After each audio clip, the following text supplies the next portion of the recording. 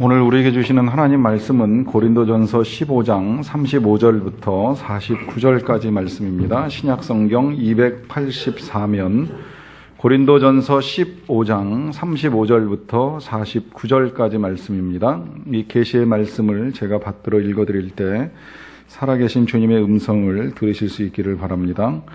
누가 묻기를 죽은 자들이 어떻게 다시 살아나며 어떠한 몸으로 오느냐 하리니, 어리석은 자여, 네가 뿌리는 씨가 죽지 않으면 살아나지 못하겠고, 또 네가 뿌리는 것은 장래의 형체를 뿌리는 것이 아니요 다만 밀이나 다른 것의 알맹이 뿐이로되, 하나님이 그 뜻대로 그에게 형체를 주시되 각 종자에게 그 형체를 주시느니라. 육체는 다 같은 육체가 아니니 하나는 사람의 육체요, 하나는 짐승의 육체요, 하나는 새의 육체요, 하나는 물고기의 육체라. 하늘에 속한 형체도 있고 땅에 속한 형체도 있으나 하늘에 속한 것의 영광이 따로 있고 땅에 속한 것의 영광이 따로 있으니, 해의 영광이 다르고 달의 영광이 다르며 별의 영광도 다른데 별과 별의 영광이 다르도다.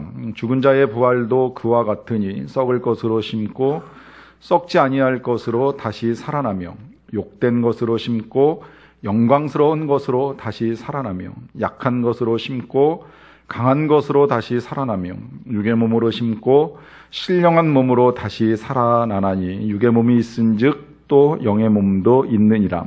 기록된 바 첫사람 아담은 생령이 되었다 함과 같이 마지막 아담은 살려주는 영이 되었나니, 그러나 먼저는 신령한 사람이 아니요 육의 사람이요 그 다음에 신령한 사람이니라. 첫사람은 땅에서 났으니 흙에 속한 자이거니와 둘째 사람은 하늘에서 나셨느니라. 무릇 흙에 속한 자들은 저 흙에 속한 자와 같고 무릇 하늘에 속한 자들은 저 하늘에 속한 이와 같으니, 우리가 흙에 속한 자의 형상을 입은 것 같이 또한 하늘에 속한 이의 형상을 입으리라. 아멘. 자녀를 양육하다 보면 자녀에게서 이 부모를 닮은 모습이 나타납니다. 그 모습을 보면서 부모님들이 기뻐하기도 하지만 또 한편으로는 안타까워할 때가 있습니다. 이유는 분명할 겁니다. 자녀에게 장점들이 드러나고 그 장점이 내가 가진 것이라고 하면 부모는 그 일로 말미암아 얼마든지 기쁨을 얻을 수 있습니다. 반면에 자녀에게서 드러나는 단점들이 내 안에 있는 것이었으면 이런 건 좀 안 닮았으면 하는데 하는 이런 생각을 가질 때가 있습니다. 얼마 전에 어머님 생신에 가족들이 모처럼 모였는데 여러 가지 이야기 나누던 중에 저희 어머니께서 그러시더라고요. 내가 젊었을 때 우리 집에서 제일 키가 컸잖냐, 이제 이렇게 말씀하세요. 우리 어머니의 키는 정확하게 1m 50cm입니다. 어머니께서 그렇게 말씀하신 그 말씀이 절대 거짓은 아닙니다. 다시 생각해봐도 이모님들이 어머님보다 다 작았던 건 정말 틀림이 없고요. 외할아버지, 외할머니, 외삼촌도 제 기억 속에 어머니하고 비슷하거나 더 컸을까 하여튼 모르겠는데 하여튼 정말 이해할 수 없을 만큼 어쨌든 작은 키를 가지셨습니다. 그 말씀을 하신 이유는 그런데 지금 현재 어머니의 키가 크시다는 걸 자랑하시려고 하신 것이 아니라, 이제 그렇게 작은 키를 가지신 우리 어머니께서 삼형제를 낳으셨는데 저까지 이 세 아들이 그래도 적지 않게 이제 이 키를 가지고 있다는 이제 이 얘기, 이 감사를 표현하기 위해서 이제 말씀을 하신 것 같아요. 우리 그 형이 군대에서 복무할 때 내가 우리 집에서 제일 작다고 이제 이야기를 했다고 하는데 저희 큰형이 179cm입니다. 그러니까 전반적으로 이 키가 큰 자녀들을 낳은 것에 대해서 이제 오히려 감사하는 마음을 가지고 계시는 거죠. 이 어머니가 가지고 계셨던 모습을 닮지 않은 모습에 대한 이제 감사함입니다. 반대로 장점이었다라고 한다면 이제 그 장점이 드러나는 걸 더 원하셨으리라고 생각을 합니다. 그리고 그 장점이 이렇게 드러나게 될 때에 이제 부모님들은 기뻐합니다. 그 기뻐하는 이유는 이제 하나님께서 이제 동일한 마음을 이제 우리에게 주셨기 때문입니다. 하나님이 사람을 만드실 때에 그 어떤 것보다도 가장 기뻐하셨다라고 말씀을 하시는데, 그 이유는 사람이 하나님을 닮았기 때문입니다. 하나님은 선하시고 온전하신 분이십니다. 흠이 없으신 분이신데 하나님이 처음에 사람을 만드실 때 이제 그렇게 만드셨어요. 선하게 만드셨고 온전하게 만드셨습니다. 잘 만드셨어요. 사람에게 있어서의 이 선함은 이 본질적으로 이 선한 것이 드러나게 되면 누구라도 그 사람이 진짜 멋있어집니다. 그리고 사람에게 주신 능력을 이렇게 잘 생각해 보면 지금 우리 사람들이 지혜로 개발해내는 수없이 많은 물건들, 또 창조해내는 여러 가지 작품들, 건물들, 저는 때때로 차를 타고 가면서 이 다리를 건너갈 때 세워진 교각들을 볼 때 가끔 인간의 이 위대한 창조성이 하나님께로부터 나오지 않았으면 어찌 가능할 수 있었을까 싶을 정도로 인간의 이 창조적 능력에 감탄할 때가 많은데, 이제 그걸 하나님이 그대로 주신 거예요.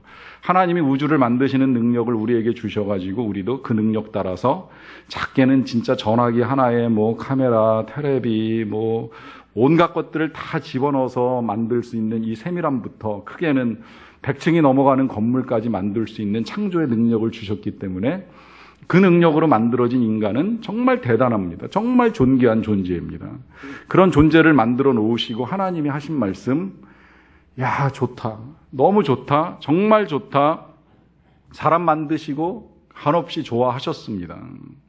이 마음이 이제 우리 안에 있기 때문에 우리가 자식 낳아서 그 자식의 선한 모습, 자식의 좋은 모습을 보면 똑같이 감동하는 거예요. 기뻐하는 거예요. 즐거워하는 거예요. 감사하잖아요. 나랑 똑같이 좋은 모습을 가지고 태어난 자녀. 때로는 내가 가진 장점보다 훨씬 더 좋은 장점들이 많으면 부모들이 행복해합니다. 그런데 이제 문제는 그런 장점을 가지고 태어난 우리 사람들이 죄와 섞이게 돼요. 죄를 짓게 되고 죄가 우리 안에 들어옵니다. 이제 여기서부터 이제 문제가 생기는 거예요.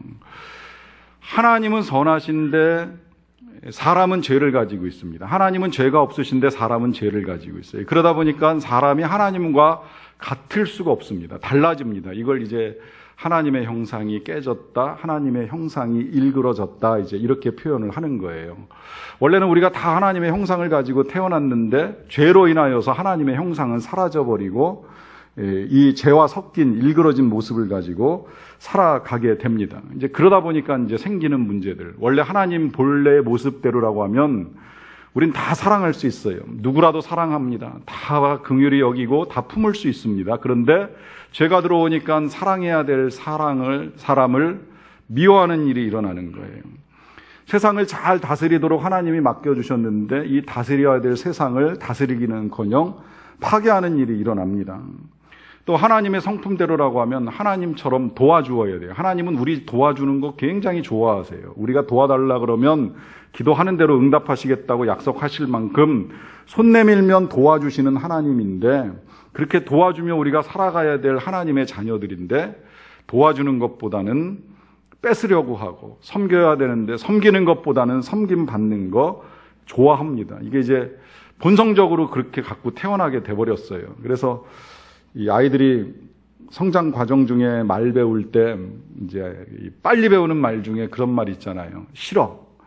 또 내 거야. 이제 이게 죄된 본성의 한 단면으로 보통 이야기하는데, 싫어 그러는 건 이제 본인의 이 의사를 표현하는 것이라고도 볼 수 있겠지만, 한편으로는 이제 주인 노릇 하고 싶어 하는 거, 왕 노릇 하고 싶어 하는 인간의 죄된 본성이라는 거죠. 싫든 좋든 하나님의 뜻이면 순종하고 아니라면 거절할 수 있는 용기가 있어야 되는데, 일단 내 기준으로 싫다 좋다를 말하는 거예요. 내 거야 그러는 건 내 소유이니 손대지 말라는 이제 아이들의 그 소유 욕에 의한 표현이라고도 볼 수 있겠는데, 이런 욕심들이 죄악된 우리의 본성에서 이제 그대로 드러나게 되는 것입니다. 그 이유는 우리가 죄와 섞이면서 하나님의 형상을 잃어버렸기 때문이에요. 만약에 우리가 하나님의 형상을 그대로 가지고 있었으면, 그래 좋아, 그래 가져, 그래 내가 도와줄게, 내가 섬길게, 내가 손해볼게, 내가 희생할게, 좀 힘들어도 내가 해볼게, 이제 이런 표현들이 더 많이 나와야 되는데 이제 그게 안 되는 겁니다. 이놈의 죄가 이제 하나님의 형상을 망친 겁니다. 그런데 그러다 보니까 이 죄의 삭스로 이제 우리에게 찾아온 것이 있는데, 바로 사망이라는 거예요. 사망. 사망은 끝이 분명히 아닙니다. 사망은 과정입니다. 사망은 통과하는 과정이지, 사망으로 우리의 삶 전체가 완전히 끝나는 것이 아니라, 사망이라고 하는 과정을 하나님이 두시고 이 과정을 통해서 우리에게 알려주고 싶으신 것이 있었습니다. 첫째는 겸손하게 살라는 거예요. 사실 사망 다들 힘들어하고 두려워하잖아요. 죽음을 편안하게 받아들일 사람이 없습니다. 제가 몇 주간에 걸쳐서 계속 부활에 관한 이야기를 전해드리지만 저 역시도 그럼 넌 지금 당장 죽을 수 있느냐? 그 죽음을 쉽게 받아들일 수 있느냐? 그러면 쉽다 그러면 거짓말이겠지요. 누구에게나 힘든 일입니다. 그런데 이 힘든 일을 하나님이 만드신 이유가 있습니다. 그건 이 일이 우리를 겸손하게 만든다는 거예요. 아, 우리의 인생이 끝나는구나. 우리의 인생이 끝나는구나라고 하는 이 사실 때문에 우리가 이 세상에서 욕심내는 것이 부질없는 것을 알게 되고 사람과 싸웠던 것이 아무것도 아닌 것을 알게 되고 겸손히 마지막을 준비할 수 있는 마음을 가지는 겁니다. 이제 여기에 더하여서 영혼에 대한 소망을 갖게 되는 거죠. 끝나는 건가? 아니죠. 소망이 있지 않는가? 그 영혼에 대한 소망을 우리가 어떻게 해결할 수 있느냐? 이걸 이제 어리석은 사람들이 치료로 약초로 혹은 어떤 과정을 통해서 해결할 수 있다고 생각을 하지만 영원하신 하나님을 만나지 않으면 영원히 살 수가 없기 때문에 그 영원하신 하나님에 대한 소망을 가지도록 사망이라고 하는 걸 하나님이 허락해 주신 거예요. 그래서 하나님을 찾고 하나님을 만나면 이제 우리가 진짜 영원한 생명 가운데 살아갈 수 있다는 것을 분명하게 알려주신 것입니다.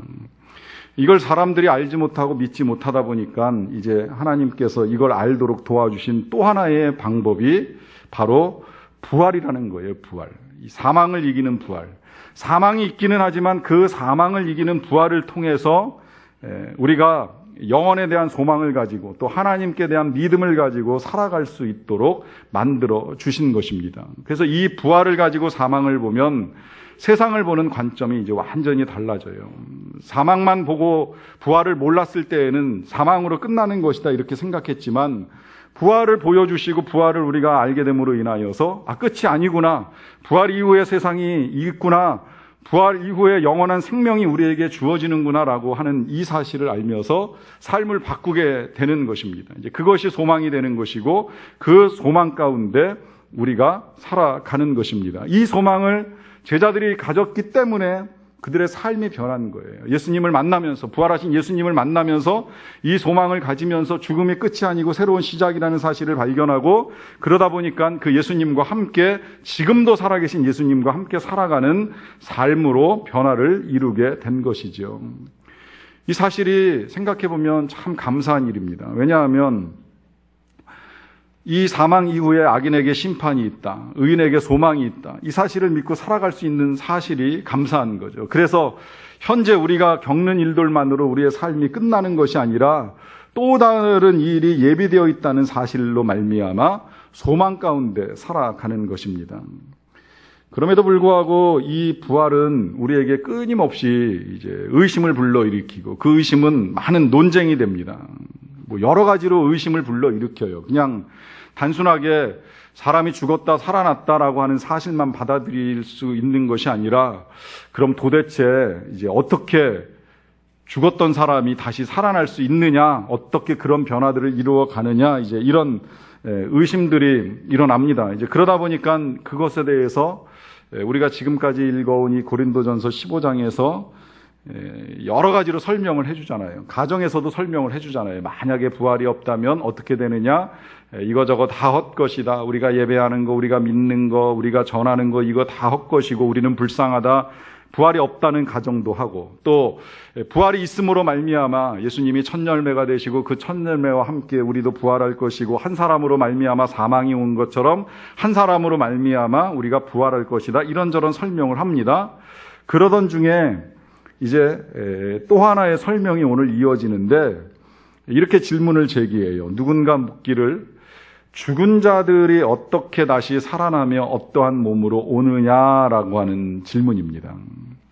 이 질문도 아마 한 번쯤은 가져보셨으리라고 생각을 해요. 이 질문을 이제 때로 우리가 가지고 풀어나가는데 어려움이 생기다 보니까 과거에는 우리가 사람이 세상을 떠나면 매장하면 큰일 나는 줄 알았습니다. 그런데 오히려 과학적인 설명을 통해서 보게 되면 사람이 세상을 떠난 다음에 매장을 하던 화장을 하던 수장을 하던 뭐 요새같이 수목장으로 장례를 치르던 아무 문제가 없다라고 하는 게 너무나도 분명해졌습니다. 뭐 그 이유는 뭐 성경적으로도 설명할 수 있지만 과학적으로도 사람이 어떻게 장례가 치루어졌든지 간에 사람 몸을 구성하고 있었던 질량이 지구상에서 사라지는 일은 절대 없거든요. 어떤 형태로든 지구상에서 사람 몸은 보존되게 되어 있기 때문에 부활에 아무런 문제가 없다는 거예요. 형체만 바뀌었을 뿐이지 그 형체를 다시 모아서 생명으로 새롭게 만들어가는 데 있어서만큼은 하나님에게 있어서는 아무런 문제가 되지 않는다는 거예요. 이제 그 실제적인 예 가운데 한 가지로 에스겔서 37장을 보게 되면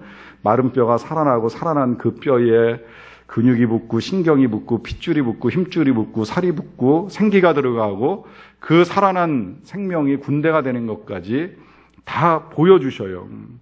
하나님의 능력으로 이제 이 일이 가능하다라고 하는 걸 분명히 설명이 가능한데 이제 이것만으로도 안 되니까 오늘은 이 질문에 대해서 어떻게 다시 살아나며 어떻게 죽은 자들이 어떤 몸으로 오느냐라고 하는 이 질문에 사도 바울은 참 가감하게도 그런 질문 자체가 어리석다라고 하면서 우리가 쉽게 접할 수 있는 자연을 가지고 설명을 합니다. 세상에 드러난 자연 현상을 가지고 이제 설명을 해주는 거예요.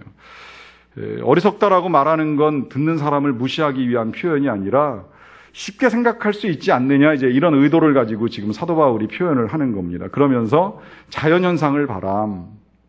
씨가 땅에 떨어지면 죽은 거 아니냐. 근데 그 죽은 씨에서 싹이 나고 가지가 나고 그 다음에 열매가 맺혀서 풍성한 생명력을 드러내지 않느냐. 이 사실 하나만 봐도 부활, 죽은 것 같으나 뭐 죽었으나 그러나 그 속에서 또다시 새로운 생명이 자라난다. 다만 이제 모양이 다르다는 이야기는 해요. 씨가 심겨졌다가 형체를 가진 뭐 꽃이든 뭐 쌀이든 뭐 아니면 뭐 볼이든 여러 가지 생명으로 태어나는 것처럼 부활도 그렇다는 거예요. 이걸 이제 예수님 이 말씀 속에서는 우리가 심겨질 때는 썩은 몸으로 심겨지지만 썩은 몸으로 죽지만 다시 태어날 때에는 신령한 몸으로 영의 몸으로 새롭게 태어날 것이라고 설명을 하고 있는 겁니다. 여기에 또 한 가지 의문이 생겨납니다. 저도 그런 의문 가지고 있었기 때문에 이제 부연하자면 그 씨가 진짜 죽은 거냐? 씨 안에는 생명이 있지 않았느냐? 그 생명이 있으니까 그 씨가 심겨졌어도 다시 그 속에서 싹이 나고 자라는 거 아니냐? 이제 이런 의문이 있을 수 있습니다. 그 의문 자체가 답이에요. 그 생명이 있다는 사실.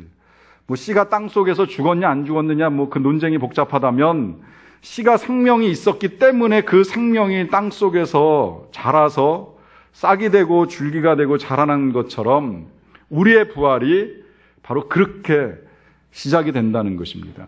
왜? 우리 안에 생명이 있기 때문에.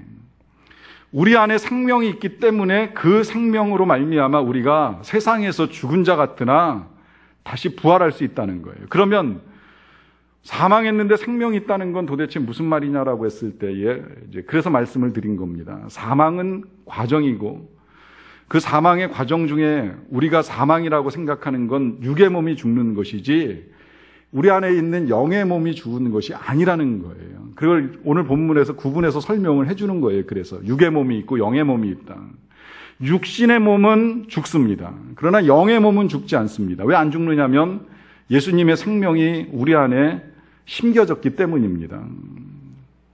생명의 씨앗이 심겨진 거예요. 우리의 영의 몸에 생명의 씨앗이 심겨지다 보니까 이 생명 때문에 우리가 죽지 않고 죽은 것 같아도 그 생명 때문에 다시 태어난다는 거죠. 이게 부활입니다. 그래서 그 생명으로 거듭 태어날 때에는 이제 이런 육신의 몸을 가진 그런 몸이 아니라 다른 몸으로, 그걸 성경에서는 지금 이제 신령한 몸이라고 표현을 했어요. 신령한 몸으로 다시 태어나게 된다. 그걸 또 다른 표현으로는 이제 오늘 말씀의 제목처럼 하늘에 속한 이의 형상을 가지고 태어난다. 이렇게 말씀하시는 겁니다. 정리하기 위해서 한 절 말씀 읽어드릴게요. 48절 말씀입니다. 무릇 흙에 속한 자들은 저 흙에 속한 자와 같고 무릇 하늘에 속한 자들은 저 하늘에 속한 이와 같다. 이 말씀을 조금 더 이해하기 쉽게 제가 그냥 다시 조금 풀어봤는데, 흙에 속한 자들, 그러니까 흙에서 태어난 아담의 생명을 이어받은 자들, 우리 모두예요. 모두는 아담처럼 다 흙으로 돌아갈 수밖에 없다는 거예요. 그러나 하늘에 속한, 그러니까 하늘에서 오신 예수님의 생명을 이어받은 자들은 하늘에 속하신 예수님과 같이 새롭게 태어난다라고 하는 것입니다. 이것이 부활이고 이것이 우리가 믿어야 될 진리이고 크고 놀라운 하나님의 은혜입니다. 생각해 보세요. 우리가 지금 정말 아담의 후손으로 태어나서 아담처럼 살았다면 아담처럼 죽고 아담처럼 땅에 묻히는 것으로 다 끝나는 겁니다. 그게 끝이에요. 그런데 감사하게도 예수님의 생명이 우리 안에 들어옴으로 인하여서 우리가 그 예수님의 생명을 가지고 이제 하늘에 속한 예수님과 같이 부활하여 살아갈 수 있게 된다라고 하는 것입니다. 이 사실은 이미 과학을 통해서도 밝혀진 사실이라고도 할 수 있겠는데요. 앞서 제가 부모님을 닮은 모습에 관한 말씀을 여러분들에게 드렸습니다. 자녀가 부모를 닮는다라고 하는 건 생각할수록 참 신비해요. 어떻게 이 자녀가 성장하면서 자녀가 가진 모습을 보면 나와 똑같을 수 있을까? 내가 가진 걸 그대로 가지고 있을까? 참 외적으로도 그렇지만 성격으로도 비슷한 모습이 드러나는 걸 우리가 볼 때가 많은데요. 그 이유를 과학적으로 분명하게 밝혔습니다. 이유는 하나, 소위 말하는 유전자 때문이라고 하는 거죠. 그 유전자가 보이지도 않는 세포 속에 담겨가지고 그 유전자 하나로 부모가 가지고 있었던 많은 것들을 아이가 똑같이 가지고 태어나서 이제 그것들이 자라 부모와 같은 모습들을 보여주고 드러냅니다. 똑같다는 거예요.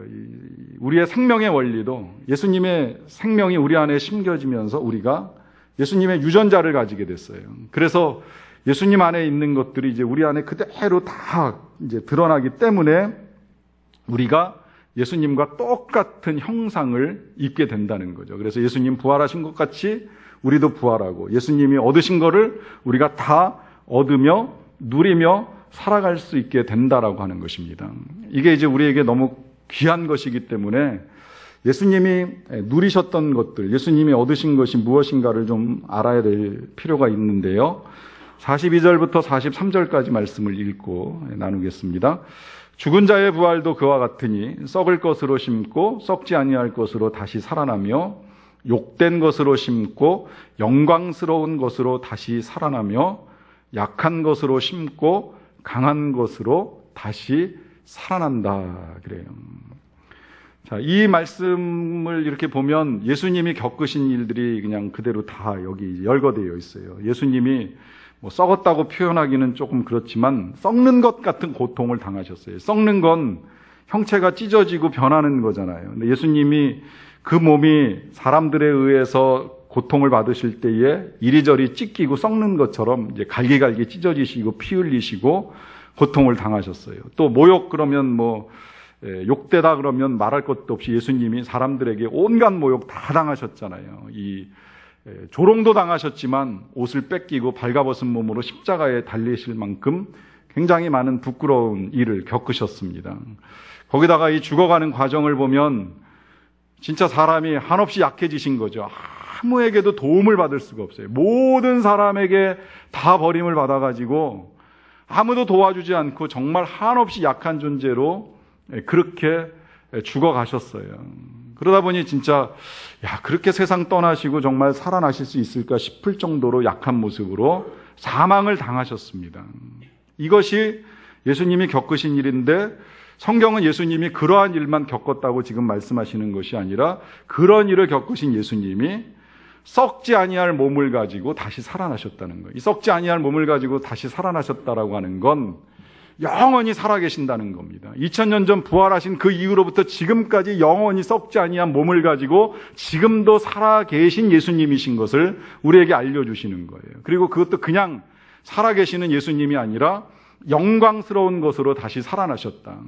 돌아가실 때에는 온갖 조롱 모욕 다 당하시면서 욕되게 돌아가셨지만 부활하신 이후에 예수님의 영광은 말할 것도 없잖아요. 제가 자주 말씀드리잖아요. 만민이 예배하고 만민이 경배하고 주일마다 이 많은 사람들이 교회마다 모여가지고 그 이름 높이고 그 이름 찬양하고 경배하고 그분 다시 만날 것을 소망하며 살아갈 수 있을 만큼의 영광을 얻으셨다는 거예요. 거기에 약한 것으로 심으셨지만 강한 것으로 다시 살아나셨다라고 하는 이 말은 약해 보이셔서 사망에게 지는 것처럼 죽으셨지만 그 사망을 이기는 강한 생명을 가지고 살아나신 거예요. 사망보다 강한 생명의 능력으로 부활하셨기 때문에 예수님이 그렇게 죽으셨으나 강한 것으로 다시 살아나셨다라고 하는 이 사실, 그래서 육신의 그 뒤에 이어지는 44절을 보시게 되면 육의 몸으로 심고 신령한 몸으로 다시 살아났다라고 하면서 신령한 몸으로 부활하신 예수님의 그 부활을 우리에게 알려주고 있습니다. 여러분, 이 예수님의 부활을 제가 여러분들에게 이렇게 설명을 드리는 이유가 있습니다. 그건 아시겠지만 지금 앞서 읽어드린 말씀 그대로 우리가 하늘에 속한 이의 형상을 입고 이제 예수님의 생명이 우리 안에 심겨졌다라고 하면 우리가 다 그렇게 부활하여 살아가게 될 하나님의 백성들이라는 사실이에요. 우리가 이 세상 사는 동안에는 진짜 썩는 것 같은 일을 겪을 때가 있습니다. 그리고 또 실제로 우리가 진짜 한 생에 살고 나면 우리가 사는 동안에 주님 오시지 않으면 우리도 언젠간 진짜 다 세상 떠나고 몸은 땅에 썩어지게 묻히게 될 것입니다. 또 그렇게 살아가는 과정 중에 좋은 일만 겪으면 좋겠지만 인생이라고 하는 거 호락호락하지 않잖아요. 특히 예수 믿고 살아가면 때로는 더 억울하고 답답할 때가 있습니다. 정말 힘들 때가 있습니다. 진짜 예수를 잘 믿으면 손해도 봐야 되고 희생도 해야 되고 내가 차라리 예수 안 믿고 죄 짓고 그냥 한판 붙었으면 하는 생각이 들 정도로 억울하고 답답할 때도 있어요. 그런데 그걸 예수님의 이름으로 참고 견디려고 하면 창피할 때도 있고 부끄러울 때도 있고 이렇게 살아야 되나 싶을 때도 있을 수 있습니다. 거기에다가 더하여서 우리의 이 약함이라고 하는 것, 더더군다나 하나님 앞에서 나타나는 우리의 약함은 한없이 무력하고 무능합니다. 우리 스스로를 죄인이라고 하는 이 사실 앞에 다시 직면하게 되면 우리의 죄를 해결할 수 없는 이 사실 앞에 우리의 무능함과 무력함을 고백하지 않을 수가 없습니다. 그런데 그런 우리를 예수님의 부활을 통해서 하나님이 다시 만들어 주시겠다라고 하는 약속을 주시는 거예요. 그 약속 가운데 우리가 세상에서 썩으나 썩지 아니할 몸을 입고 새롭게 태어날 것이다. 우리가 세상에서 모욕을 당하지만 그 모욕당한 것이 나중에 하늘에서 보면 비할 데 없는 영광이 될 것이다. 우리가 세상에서 한없이 약한 자처럼 살아가지만 그러나 절대 우리는 약한 자가 아니라 모든 것을 가진 강한 자라고 하는 사실을 보게 될 것이라고 주님이 우리에게 말씀하고 계시는 것입니다. 그렇다면 이제 우리가 알아야 될 것이 있습니다. 이 사실을 알고 믿고 살아간다라고 하면 우리의 현재 삶에서부터 새로운 변화들을 이루어 가야 된다라고 하는 거예요. 그것이 진정한 그리스도인입니다. 진정한 그리스도인은 먼 훗날에 우리가 경험하게 될 그 부활의 때만을 기다리면서 그럭저럭 이 세상을 살아가는 그런 인생이 아니라고 하는 것입니다. 우리가 이미 예수님의 생명이 우리 안에 심겨졌고 하늘에 속한 이의 형상을 입을 것이 분명하다라고 하면 이 땅에서부터 그와 같은 삶을 살아가야 된다는 거예요. 그 삶을 살도록 우리를 훈련시키기 위해서 주님이 오늘 저와 여러분들을 이곳에 부르셔서 예배하는 가운데에 하나님을 만나게 하시고 하나님을 보게 하시고 그 하늘의 형상을 알게 하시고 하늘의 형상을 입고 보여주고 살아가라고 우리에게 가르쳐 주시는 것입니다. 우리가 잘 아는 동화 제가 가끔 예를 듭니다. 왕자와 거지 이야기를 아실 겁니다. 거지와 왕자의 신분이 바뀌었습니다. 거지가 왕자가 됐어요. 거지가 왕자가 됐으면 해야 될 일이 왕자처럼 살아가야 되는 거예요.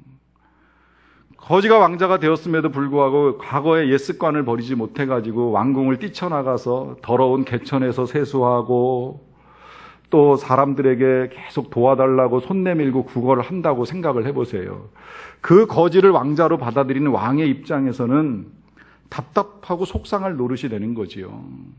과거야 거지가 되었든 간에 현재 왕자로 이 왕행궁에 입성을 했으면 그 다음에는 왕자처럼 살아가야 돼요. 그게 진짜 왕자가 된 거예요. 저는 이 원리가 오늘 우리의 삶에 크게 다르지 않다고 생각을 합니다.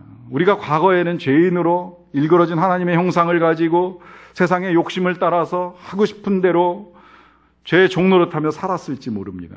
감사하게도 하나님이 우리를 하나님 나라의 왕자로, 하나님 나라의 공주로 불러주신 거예요. 여기 어렸을 때에 교회학교 다녀보신 분들은 성경학교 때 그 노래 많이 부르셨던 기억 가지고 계신 분들이 계실 거예요. 왕왕왕왕 나는 왕자다. 0000 나는 공주다. 하나님 나라의 나는 왕자다. 하나님 나라의 나는 공주다. 노래 부르면서 우리의 신분을 다시 확인했어요. 비록 이 세상에 살아가지만 우리는 하나님 나라의 왕자요, 하나님 나라의 공주다. 무슨 이야기예요? 왕이신 하나님처럼 살아가라는 거예요. 왕이신 하나님. 그 왕이신 하나님처럼 살아가는 건 뭐예요? 선하게 살아가는 걸 말합니다. 사랑하며 살아가는 걸 말합니다. 용서하며 살아가는 걸 말합니다. 도와주며 살아가라는 거예요. 이 세상 아무리 경쟁하고 치열하게 다투고 싸우고 미워하는 세상이라 할지라도 그래도 우리는 하늘에 속한 이의 형상을 입었고 하나님의 자녀로 부름받았으니 힘들어도 사랑하고 힘들어도 도와주고 힘들어도 섬기고 힘들어도 손해보며 살아가라는 거예요. 그것이 세상에서 볼 때 썩을 것이고 약한 것이고 부끄러운 것이라 할지라도 그렇게 살아가는 우리들이 썩지 아니할 것으로 부활할 것이요, 썩지 아니할 것으로 다시 살아날 것이요, 강한 것으로 다시 살아날 것이요, 영광스러운 것으로 다시 살아날 것을 믿는 믿음을 가지고 살아가라 당부하십니다. 그 부활의 소망으로 살 수 있는 저와 여러분들이 되시기를 간절히 축원합니다. 같이 기도하시겠습니다. 사랑하는 성도 여러분,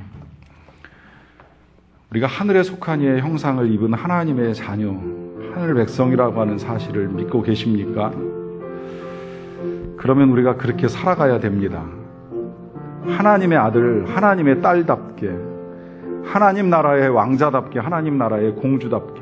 근데 이 하늘 백성의 삶은 억압하고 지배하고 내 맘대로 하려고 하는 삶이 아니라 사랑하고 섬기고 도와주며 살아가는 삶입니다. 우리가 이런 고백을 좀 하나님께 드렸으면 좋겠습니다. 우리가 부활을 믿는 하나님의 백성이요, 하나님의 자녀답게 세상에서 사랑하며 섬기며 도와주며 하늘 백성답게 살기를 원합니다. 각자의 고백을 주님께 잠시 드리는 시간을 갖도록 하겠습니다.